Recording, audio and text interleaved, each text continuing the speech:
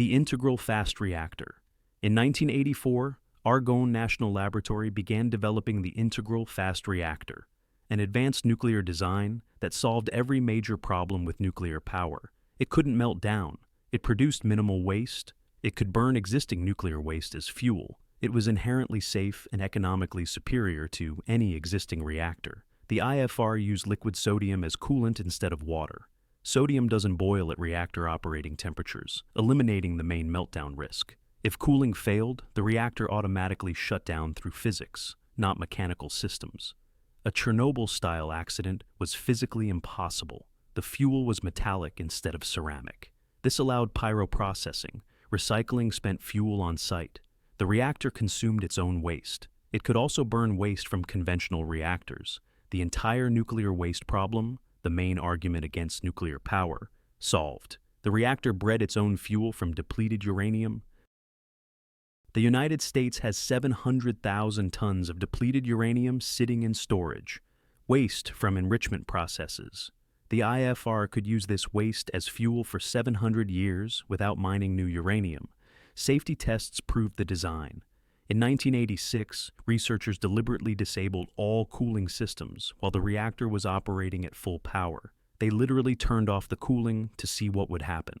The reactor automatically shut down within minutes through passive physics-based safety. No mechanical systems activated, no computer control, just physics. They repeated this test multiple times. Same result. The reactor couldn't melt down even when operators deliberately tried to cause meltdown conditions.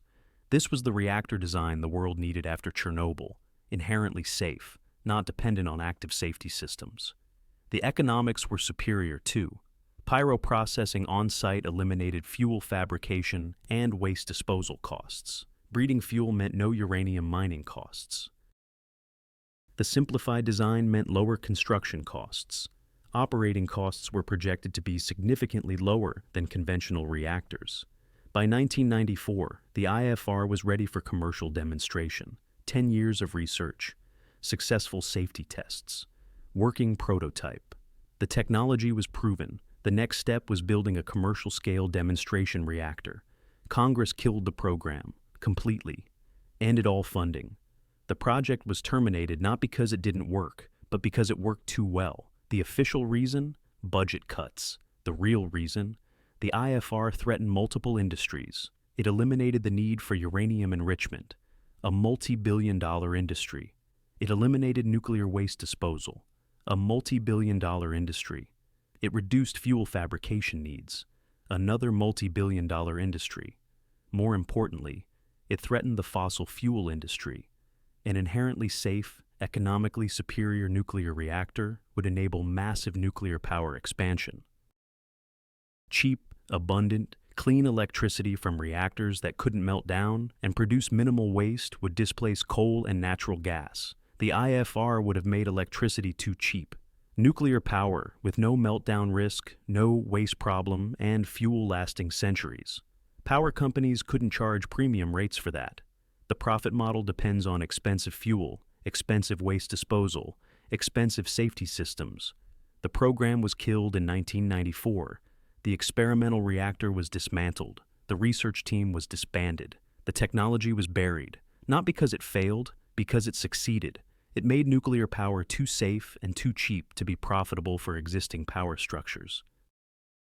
Geothermal district heating in Boise. Boise, Idaho has an unusual energy source. Hot water naturally heated by geothermal activity flows beneath the city. In 1890, Boise became one of the first cities in America to use geothermal district heating. The system is simple. Drill wells into geothermal aquifers. Hot water, around 170 degrees Celsius, flows up naturally without pumping. Pipe this water through buildings for heat. Return the cooled water underground. No fuel burned, no emissions. Nearly free heat after infrastructure costs. The Warm Springs Water District was established in 1890. It heated homes, businesses, and government buildings using geothermal water. The system worked flawlessly for decades. The heat was essentially free.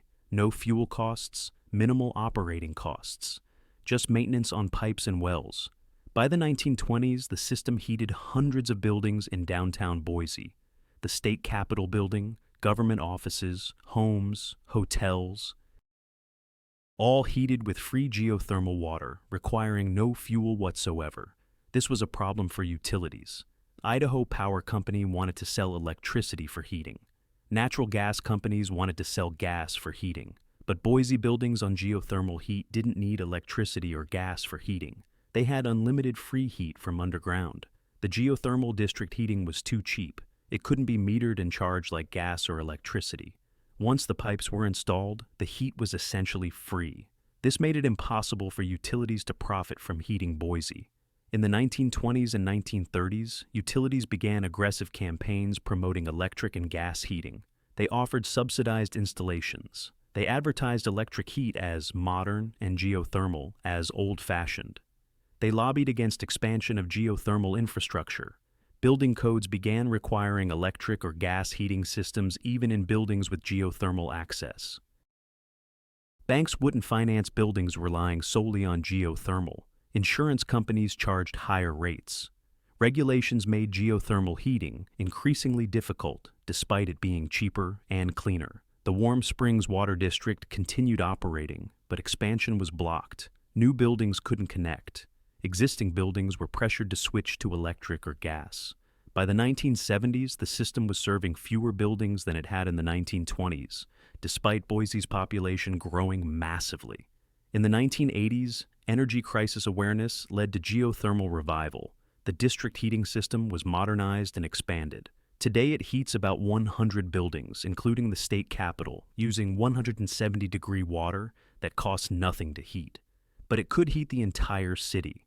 The geothermal resource is massive. Boise sits on top of enough hot water to heat every building in the city essentially for free. The infrastructure investment would pay for itself in years through eliminated heating costs. It hasn't happened. Why? Because free heat doesn't generate revenue for utilities. Electric and gas companies make billions from heating. Free geothermal district heating would eliminate that revenue. So expansion is blocked through regulations, permitting difficulties, and lack of utility support. Boise proves geothermal district heating works. Over 130 years of continuous operation. But it's too cheap. Heat that costs nothing to produce can't generate profits for utility companies, so it's contained, limited, prevented from expanding, despite being cheaper and cleaner than any alternative. Atmospheric water generators. In the 1930s, inventors developed atmospheric water generators, machines that pull water from air humidity and condense it into drinking water. The technology is simple. Cool air below the dew point. Water vapor condenses. Collect the water.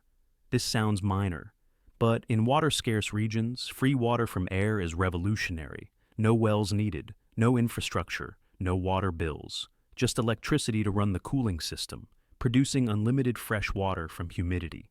Early atmospheric water generators were inefficient, but by the 1970s, improved designs could produce substantial water using relatively little energy.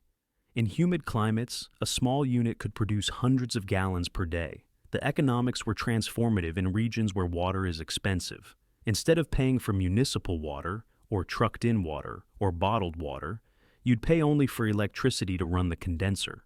In humid regions, the electricity cost was a fraction of water costs. Water utilities recognized the threat. If homes and businesses could generate their own water from air, who would buy municipal water? Water bills fund utility infrastructure. Atmospheric water generators threaten that revenue. Regulations appeared restricting atmospheric water generators. Some jurisdictions classified them as wells, requiring well permits. Others classified the condensed water as gray water, unfit for drinking without expensive treatment.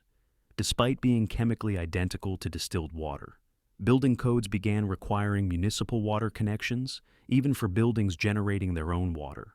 You couldn't get occupancy permits without connecting to city water. Even if you never used city water, you paid connection fees and minimum charges. The most restrictive regulations came from water-scarce regions, where atmospheric water generators made the most sense.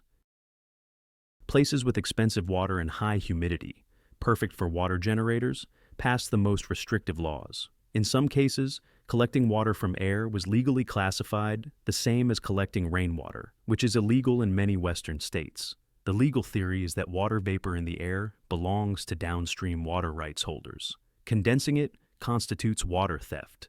This is absurd. Air humidity isn't part of any river system, but the laws effectively banned atmospheric water generation in many places where it would be most useful. The technology still exists. You can buy small atmospheric water generators today, but they're regulated, restricted, and limited in ways that prevent them from replacing municipal water systems. Because free water from air would eliminate water bills, and water bills fund utility profits.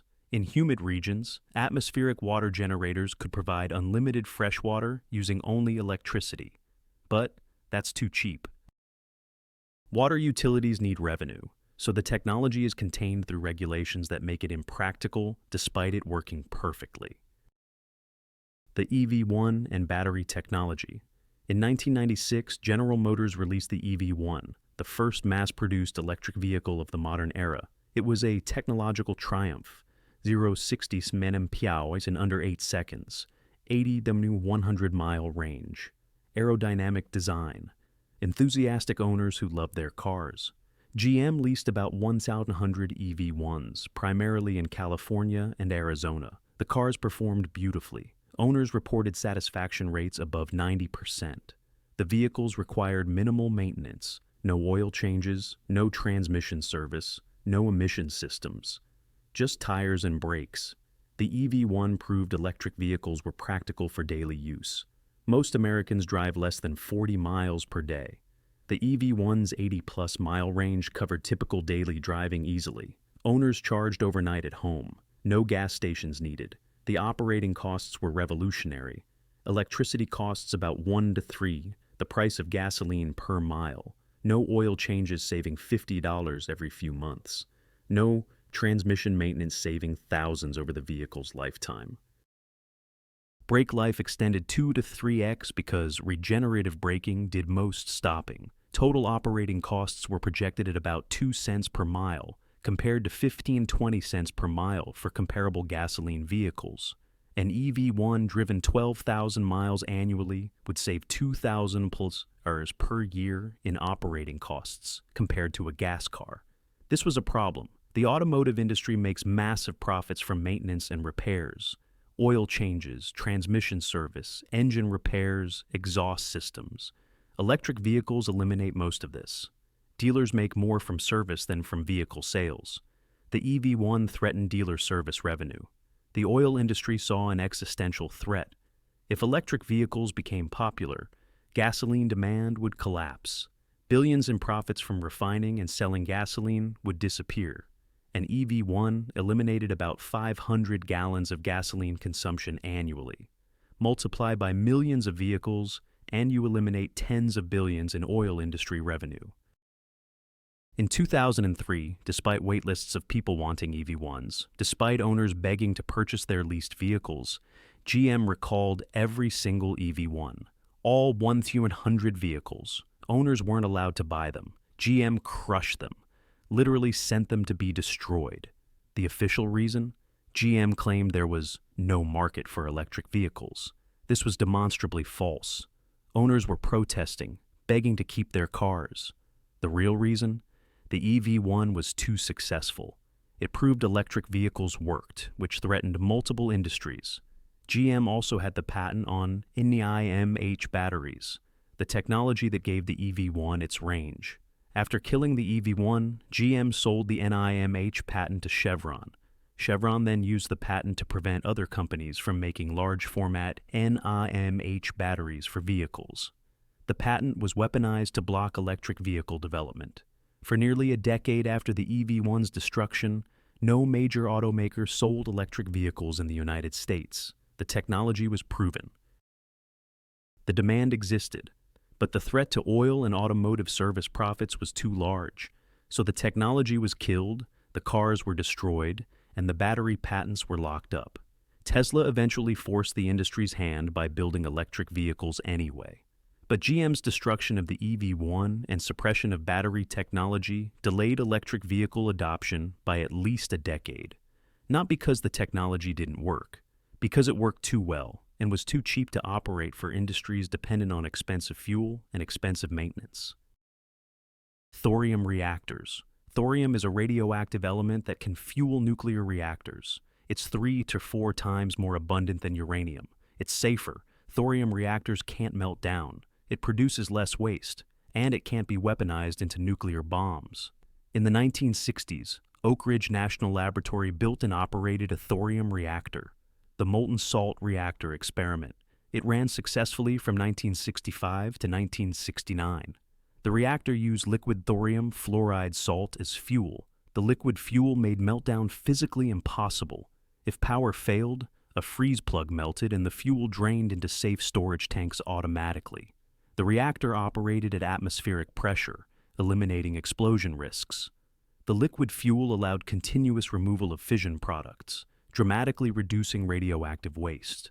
The design was inherently safer than any uranium reactor. The economics were superior. Thorium is abundant and cheap. The reactor design was simpler than pressurized water reactors. Operating costs were projected to be significantly lower. Fuel costs would be minimal because thorium is cheap and energy dense. Most importantly, thorium reactors produce 1,000th the long-lived radioactive waste of uranium reactors. The waste problem that haunts nuclear power largely disappears with thorium.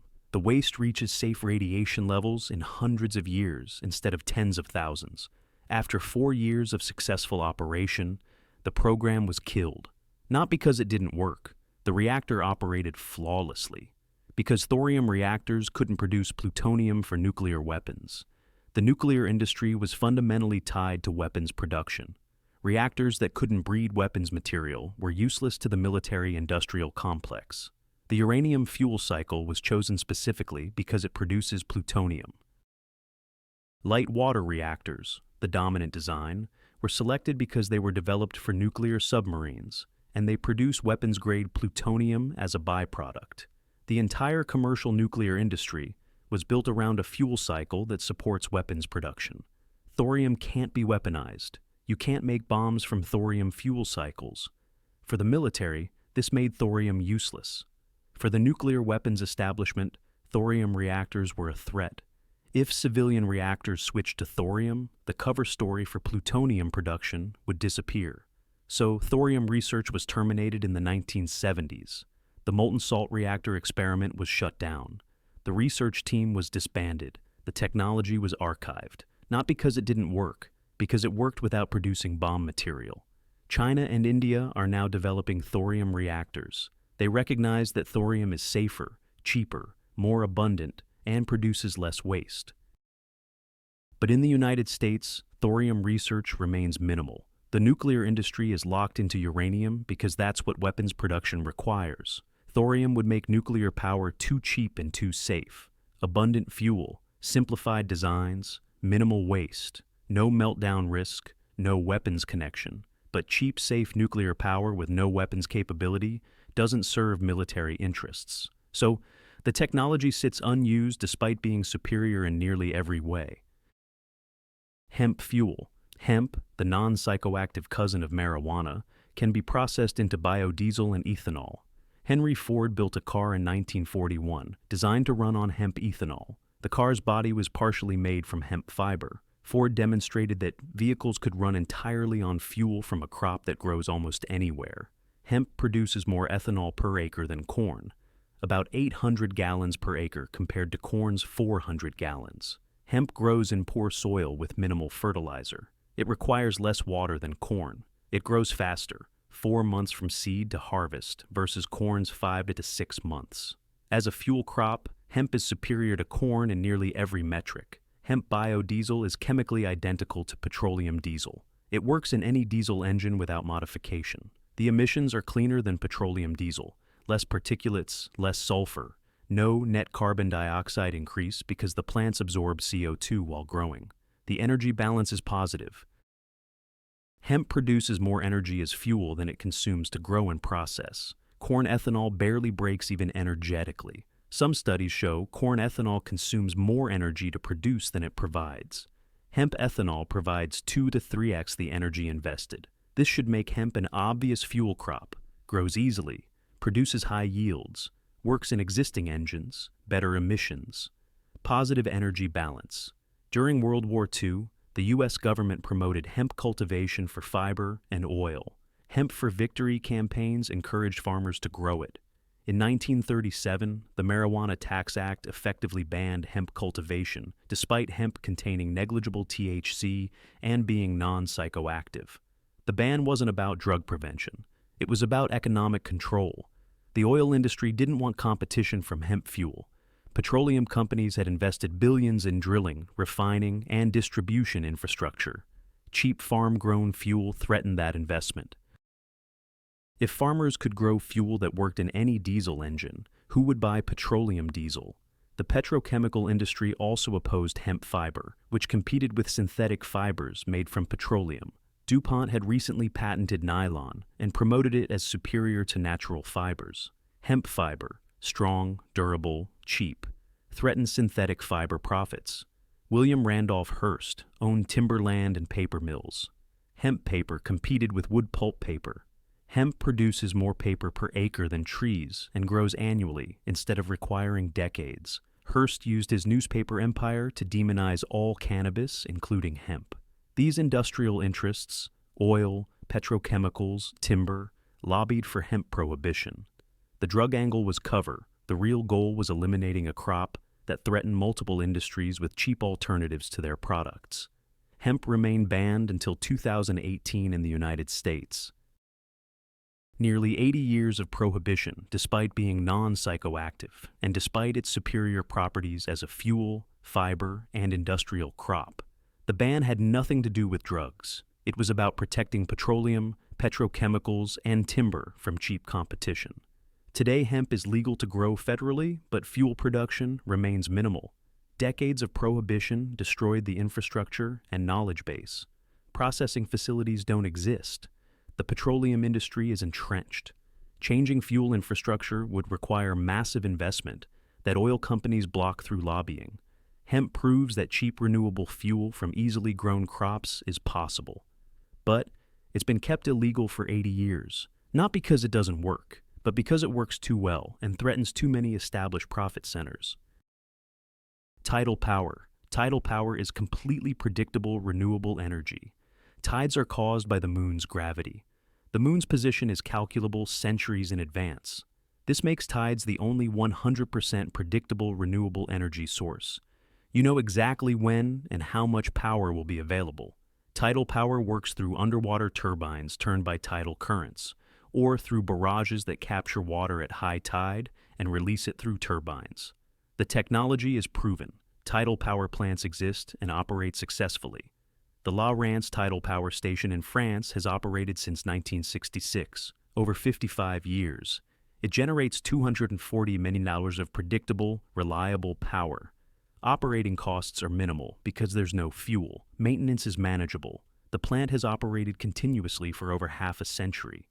The Siwa Lake Tidal Power Station in South Korea generates $254 million. The Annapolis Royal Generating Station in Canada has operated since 1984.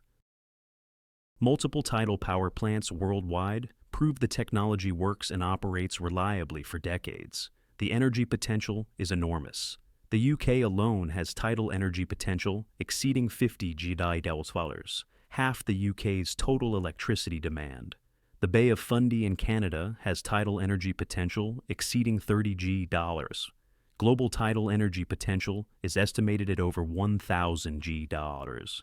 Tidal power has major advantages. It's predictable. You can calculate exactly when and how much power will be available. It's reliable. Tides never stop. It's renewable. The moon isn't running out. Initial infrastructure costs are high, but once built, tidal plants operate for 50-plus years with minimal ongoing costs. So, why isn't tidal power everywhere? Because it's too independent. Tidal power plants don't need fuel, no coal deliveries, no natural gas pipelines, no uranium shipments. Once built, they operate with minimal input from energy companies. This threatens the energy industry's business model. Utilities make money selling fuel or electricity. A tidal power plant on a coastline provides that coast with electricity independent of fuel suppliers. No monthly fuel bills, no price volatility, just steady, predictable power from the tides. Permitting for tidal projects is extremely difficult. Environmental reviews take years. Concerns about fish and marine mammals block projects despite evidence that well-designed tidal turbines have minimal marine life impact. Fishing industry opposition blocks tidal development, despite fishing continuing successfully near existing tidal plants. The real opposition comes from energy companies. A successful tidal power industry would provide coastal regions with independent, cheap, predictable power. This would eliminate demand for fossil fuel electricity generation. It would reduce transmission needs because power would be generated locally. Investment in tidal power has been deliberately limited. Governments fund minimal tidal research compared to nuclear or fusion. Private investment is blocked by permitting difficulties and utility opposition. The technology exists and works, but expansion is prevented. The UK abandoned plans to build a Severn estuary tidal barrage that would have generated 8.6 GWh, about 5% of UK electricity demand, with predictable, reliable tidal power. The project was blocked despite being technically and economically feasible. Why? Because 50-plus years of independent power generation doesn't create ongoing revenue for energy companies. Tidal power is too cheap and too independent. Once infrastructure is built, it operates for decades with minimal costs. There's no fuel to sell, no monthly bills, just free power from the tides. That's exactly why it's been kept small, despite working perfectly wherever it's installed. The Wardenclyffe Tower. In 1901, Nikola Tesla began building the Wardenclyffe Tower on Long Island, a facility designed for wireless transmission of electrical power. Tesla believed he could transmit electricity through the earth and atmosphere, delivering power anywhere without wires. The concept sounds insane, but Tesla had already demonstrated wireless power transmission on small scales. His Colorado Springs experiments transmitted electricity wirelessly over short distances. Wardenclyffe was scaling up the concept for global power distribution. The tower was 187 feet tall with a 55-ton metal dome. Below ground was an iron root system extending 120 feet down. The design was meant to use the Earth itself as a conductor, broadcasting electrical power that could be picked up anywhere with the right receiver. Tesla's plan was revolutionary. Generate electricity at Wardenclyffe, broadcast it globally through the Earth. Anyone with a receiver could access power anywhere, no power lines. No transmission losses, no infrastructure except the broadcast station and receivers. J.P. Morgan funded the project initially, but when Tesla revealed the full plan, free electricity broadcast globally, accessible to anyone with a receiver, Morgan cut funding. The project was never completed. Why? Because wireless broadcast of free electricity can't be metered. If power is broadcast globally and anyone can receive it, how do you charge for it? You can't cut off non-payers. You can't meter usage. You can't enforce payment. Morgan and other industrialists understood immediately that free unmetered electricity would destroy the power industry business model. Electricity companies make money selling metered power through controlled distribution networks. Wireless broadcast power eliminates the ability to meter and control. Even if receivers could be metered, Tesla's system would have made electricity extremely cheap. One generation facility broadcasting to millions of receivers. No transmission lines, no distribution costs, no power losses over distance. The economics would make electricity nearly free. The project was abandoned in 1906. The tower was demolished in 1917. Tesla died in poverty in 1943, unable to complete his wireless power system. Did Tesla's system actually work? We don't know. It was never completed. But Tesla's other predictions, AC power, radio, wireless communication, all came true. He demonstrated wireless power transmission on small scales. Wardenclyffe was scaling up proven concepts. Modern physics is skeptical that global wireless power transmission would work efficiently. But we've never tried it. The technology was killed before completion. Not because it was proven impossible, but because the funding was cut when the financial backers realized free, unmetered electricity would destroy their ability to profit from power generation. Whether Tesla's system would have worked or not, it was shut down for being potentially too cheap. The possibility of free global electricity was unacceptable to industrialists who made fortunes from controlled electricity distribution. So, the experiment was terminated before we found out if it worked. Community solar gardens. Community solar allows multiple households to share ownership of a solar installation. Instead of putting panels on your roof, you buy a share of a solar garden built on cheaper land. Your share of electricity production credits against your utility bill. The economics are superior to rooftop solar. Solar gardens are built on optimal land, flat, sunny, cheap. They achieve economies of scale. Larger installations cost less per watt. They're professionally maintained. No homeowner maintenance needed. They're accessible to renters, people with shaded roofs, people who can't afford rooftop installation. In 2015-2017, community solar gardens exploded in several states: Minnesota, Colorado, Massachusetts. Hundreds of community solar projects came online. Thousands of households signed up. Electricity costs for participants dropped significantly. The solar gardens worked too well. Participants saw 20–30% reductions in electricity costs. They locked in electricity prices for 20+ years while utility rates climbed. They generated their own power while still using grid infrastructure for delivery. Utilities recognized an existential threat.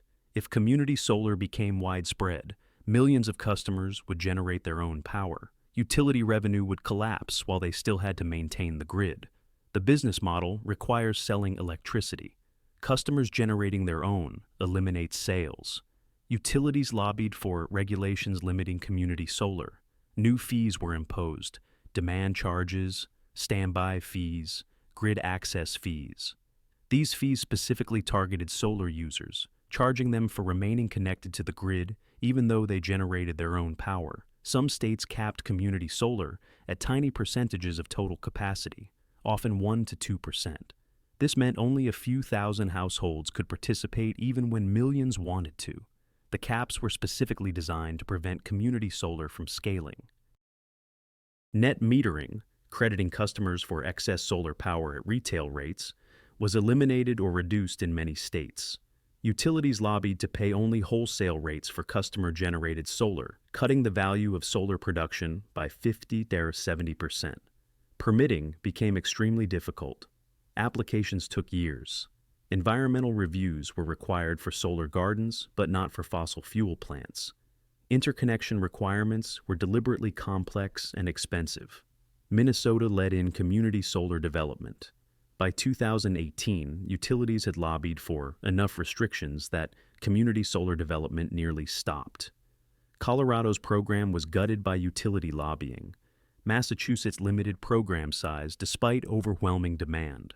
The projects that exist work perfectly. Participants save money. The solar gardens produce predictable power. The systems are reliable. But expansion is blocked because it works too well. Cheap electricity threatens utility revenue, so utilities use regulatory capture to kill it. Community solar is too cheap and too accessible. It allows anyone to access solar power, even renters or people with bad roofs. It provides electricity below utility rates. It locks in prices for decades. That's exactly why utilities have worked so hard to prevent it from scaling, despite it working perfectly. Small-scale hydroelectric. Between 1900 and 1940, thousands of small hydroelectric dams operated across America. Towns, farms, and small businesses built dams on local streams and rivers to generate their own electricity. These weren't massive utility-scale projects. They were small installations producing 10 kilo to 1 millibar, enough for a farm, a mill, or a small town. The technology was simple and proven. Dam a stream, run water through a turbine, generate electricity. Operating costs were minimal. Water flows continuously, no fuel needed. Maintenance was straightforward. These small hydro installations operated reliably for decades. By 1940, over 3,000 small hydroelectric plants operated in the United States. Rural communities had independent power. Farms generated their own electricity. Small manufacturers ran equipment on hydropower. The systems were paid off quickly and then provided essentially free electricity for decades. This was a problem for utility companies expanding their service territories. If towns and farms generated their own power, they wouldn't buy electricity from utilities. The utility business model required customers dependent on centralized generation and transmission. Starting in the 1930s, regulations began requiring expensive upgrades to small hydro installations, safety requirements, environmental assessments, fish passage requirements. Each regulation added costs. Many small operators couldn't afford the upgrades and shut down. The Federal Power Act gave the Federal Energy Regulatory Commission authority over hydroelectric facilities. Even tiny installations had to get federal permits. The permitting process became expensive and time-consuming. Many small operators abandoned facilities rather than deal with federal bureaucracy. Utilities offered to buy power from small hydro operators at extremely low rates, often below the cost of maintenance. Without fair compensation, operating small hydro became economically unviable. Facilities shut down. Dam safety regulations required expensive engineering assessments and upgrades. A small dam that had operated safely for 50 years suddenly needed $50,000 in engineering studies and structural improvements. For a facility generating $5,000 annually in electricity value, the economics didn't work. Environmental regulations became increasingly strict. Fish passage requirements demanded expensive fish ladders or bypass systems. Even for tiny streams with minimal fish populations, installations costing $100,000 plus were required. Small operators couldn't afford compliance. Liability insurance became prohibitively expensive. Insurance companies charged high premiums for dam operators due to potential downstream flood liability. Even for small dams that had operated safely for 80 years, insurance costs exceeded the value of electricity generated. By 1980, most small hydroelectric facilities had shut down. Not because they didn't work. Many had operated successfully for 80-plus years. Because regulations made them too expensive to maintain, despite the electricity being essentially free. In the 1990s and 2000s, some facilities were restored as renewable energy. But the regulatory burden remained enormous. Permitting takes years and costs hundreds of thousands of dollars. Fish passage requirements can cost millions for installations that might generate $10,000 annually in electricity. Environmental reviews are extensive despite these facilities operating for decades without environmental problems. Every study, every assessment, every permit adds costs that make small-scale hydro economically impossible for anyone except well-funded corporations. The irony is brutal. These facilities operated for decades, some for nearly a century, without causing environmental problems. They provided cheap, renewable, reliable electricity to rural communities. They proved local power generation works. They demonstrated energy independence is possible, but they were regulated to death, not because they harmed the environment, not because they were unsafe, because they provided cheap, independent power that threatened utility monopolies. Regulations were crafted specifically to make small-scale hydro economically unviable while appearing to address safety and environmental concerns. A farmer who had free electricity from a stream on his property for 50 years would face $200,000 in compliance costs to continue operating. Of course he'd shut down. That was the point. The regulations weren't designed to make hydro safer or more environmentally friendly. They were designed to kill small-scale independent power generation. Thousands of working installations producing free renewable electricity were shut down through regulatory burden. The technology worked perfectly. The facilities had decades of safe operation, but they made electricity too cheap and too independent, so they were eliminated and rural communities became dependent on utility power instead of generating their own. 10 energy sources shut down for being too cheap. The integral fast reactor that solved nuclear power's problems but threatened uranium and waste disposal industries. Geothermal district heating that provided free heat but couldn't generate utility revenue. Atmospheric water generators that produced free water but threatened water utility profits. The EV1 that proved electric vehicles worked but threatened oil and automotive service revenue. Thorium reactors that were safer and cheaper but couldn't produce bomb material. Hemp fuel that outperformed corn ethanol but threatened petroleum interests. Tidal Power, that provides predictable renewable energy but operates too independently. Tesla's Wardenclyffe Tower, that might have broadcast free electricity globally. Community solar gardens that made electricity too affordable for too many people. Small-scale hydroelectric that provided free power to thousands of communities for decades. None of these technologies failed. They all worked. Many are still working where they haven't been completely suppressed. The integral fast reactor passed every safety test. Boise's geothermal district heating has operated for 130 years. Tidal plants run for 50-plus years with minimal maintenance. The EV1 had 90% plus customer satisfaction. Small hydro installations operated successfully for 80 years before being regulated out of existence. They were shut down because they worked too well. They made energy too cheap, too accessible, too independent of corporate control. The energy crisis is a manufactured crisis. We have the technology for cheap, abundant energy. We've had it for decades. Geothermal, tidal, thorium, advanced nuclear, community solar, small-scale hydro, all proven, all working, all capable of providing power far cheaper than fossil fuels. But cheap energy doesn't generate profits. Energy companies make money selling expensive fuel or charging high rates for electricity. Technologies that provide cheap, independent power threaten that business model, so they're killed. Through regulatory capture, through patent suppression, through lobbying, through cutting funding, through creating permitting nightmares, through imposing special fees, through restricting capacity, through destroying working technology, through any means necessary to prevent cheap energy from reaching consumers. The pattern is consistent across all 10 cases.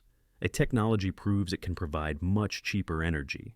Industries that profit from expensive energy recognize the threat. Lobbying begins, regulations appear, funding disappears, permits are denied, fees are imposed. Cars are crushed, reactors are dismantled, dams are shut down. The technology is strangled despite working perfectly. We could have electricity too cheap to meter. We could have heat that costs nothing after infrastructure investment. We could have fuel from easily grown crops. We could have nuclear power that can't melt down and produces minimal waste. We could have tidal power that runs for 50 years with minimal maintenance. We could have thousands of small hydro installations providing free power to rural communities. We have all these technologies. They exist. They work. They're proven. They're just not allowed to scale because scaled deployment would make energy too affordable for current power structures to maintain their profit models. The energy crisis isn't about scarcity. It's about control. It's about maintaining dependence on expensive fuel sources that generate ongoing revenue. It's about preventing cheap, independent energy from reaching consumers. It's about ensuring utilities can charge monthly bills rather than communities generating their own power. 10 energy sources shut down for being too cheap. 10 demonstrations that the energy problem is solved. We just don't allow the solutions to exist. 10 proofs that expensive energy is a choice, not a necessity. A choice made by those who profit from keeping energy expensive and keeping consumers dependent. The technology exists. The solutions work. Cheap energy is possible. It's just not profitable. And in a system where profit matters more than people, that means cheap energy isn't allowed to exist.